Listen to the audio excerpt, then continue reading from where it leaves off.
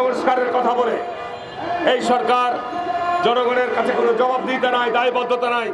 মনে রাখতে হবে, আপনারা কোনো নির্বাচিত সরকার নন, কিন্তু আমরা আপনাদেরকে সমর্থন দিয়েছি, সহযোগিতা দিয়ে আসছি। আমরা চাই সংস্কার করবে রাজনৈতিক দলসমূহ। আপনার রূপরেখা দিতে পারেন, প্রস্তাব দিতে পারেন, অসুবিধা নাই, কিন্তু ইতিমধ্যেই যে সমস্ত সংস্কার প্রস্তাব জাতির সামনে উপস্থাপন করেছেন, ইতিমধ্যে নির্বাচন কমিশন সংস্কারের ব্যাপারে প্রধান নির্বাচন কমিশনার বলেছেন যে সংস্কার প্রস্তাব করেছেন তাতে নির্বাচন কমিশনকে দুর্বল করবে। সুতরাং এটা চিন্তা করতে হবে যে একটি নির্বাচিত সরকার ছাড়া একটি রাজনৈতিক দল, বাংলাদেশের যে বিদ্যমান রাজনৈতিক দলগুলো রয়েছে, এই বিদ্যমান রাজনৈতিক দলগুলো ছাড়া বাংলাদেশের সংস্কার কর্মসূচিকে এগিয়ে নিয়ে যাওয়া সম্ভব হবে না। আজকে এই দ্রব্যমূল্যের সংকটের অন্যতম প্রধানতম কারণ হচ্ছে বাংলাদেশের আর্থিক প্রতিষ্ঠানগুলোকে বিগত সরকার ধ্বংস করে গেছে। এই আর্থিক প্রতিষ্ঠানগুলোকে পুনর্গঠন করতে হবে।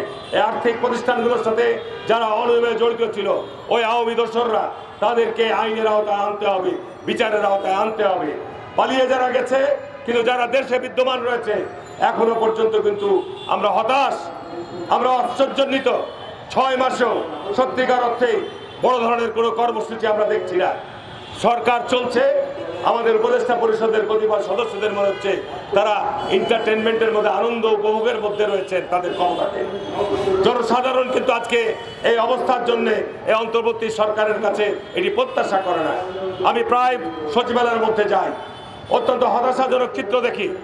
শিক্ষা, স্বাস্থ্য এই মন্ত্রণালয়গুলো আজকে মনে হচ্ছে সেখানে সবচাইতে বিগত সরকারের আমলে সবচাইতে ক্ষতিগ্রস্ত হয়েছে শিক্ষা এবং স্বাস্থ্য ব্যবস্থা। সেখানে আজকে এই স্বাস্থ্য এবং শিক্ষা ব্যবস্থাগুলো আবার নতুন করে মনে হচ্ছে সেখানে বুক চেপেছে। সেইখানে আজকে জাতীয়তাবাদী দলের কাছ থেকে পরামর্শ নেওয়া হচ্ছে কিনা আমি জানি না। আজকে শিক্ষা ব্যবস্থা এবং স্বাস্থ্য ব্যবস্থায় বিভিন্ন জায়গায় আজকে বিভিন্ন অপশক্তিগুলো আজকে সেখানে আজকে দায়িত্ব অর্পণ করা হচ্ছে। এইটি আমাদেরকে ভাবিয়ে তুলছে, এটি আমাদেরকে চিন্তিত করছে। আমি বক্তব্য বাড়াবো না। আমি আজকে এখানে মাননীয় প্রধান অতিথি রয়েছেন, আজকে তৃণমূল, আজকে নাগরিক কমিটি থেকে যে আয়োজন করা হয়েছে, আমি ধন্যবাদ জানাচ্ছি তাদেরকে যে নাগরিকদের এই সমস্যা, এই সংকটের পাশে তোমরা আছো, থাকতে হবে ইনশাল্লাহ। আজকে ঢাকা মহানগরীতে যে অরাজকতা চলছে, দেখেন কালকে সারা দিন ট্রেন বন্ধ। এটি সংকট সমাধানের জন্য এত সময় লাগে? তাদের দাবি যদি যৌক্তিক হয় সেটি মেনে নিয়ে জনসাধারণের দুর্ভোগ লাঘব করা আরও প্রয়োজন ছিল। আজকে বাংলাদেশের ছাত্ররা, ছাত্রী কলেজের ছাত্ররা আজকে দীর্ঘদিন যাবত আন্দোলন করছে। এটির জন্য আজকে মুখোমুখি হচ্ছে, আজকে এখানে মানুষের জনদুর্ভোগ বাড়াচ্ছে। এই সংকটের জন্য তাদের সাথে আলোচনা করে যুক্তিসঙ্গত সমাধানের পথ বাইর করতে হবে। আমি আর বক্তব্য না বাড়িয়ে, দ্রব্যমূল্য সংকট, এই দ্রব্যমূল্য, চালের দাম বাড়ছে, তেলের দাম বাড়ছে, বিদ্যুতের দাম বাড়ছে, সমস্ত কিছু দাম হু করে বাড়ছে।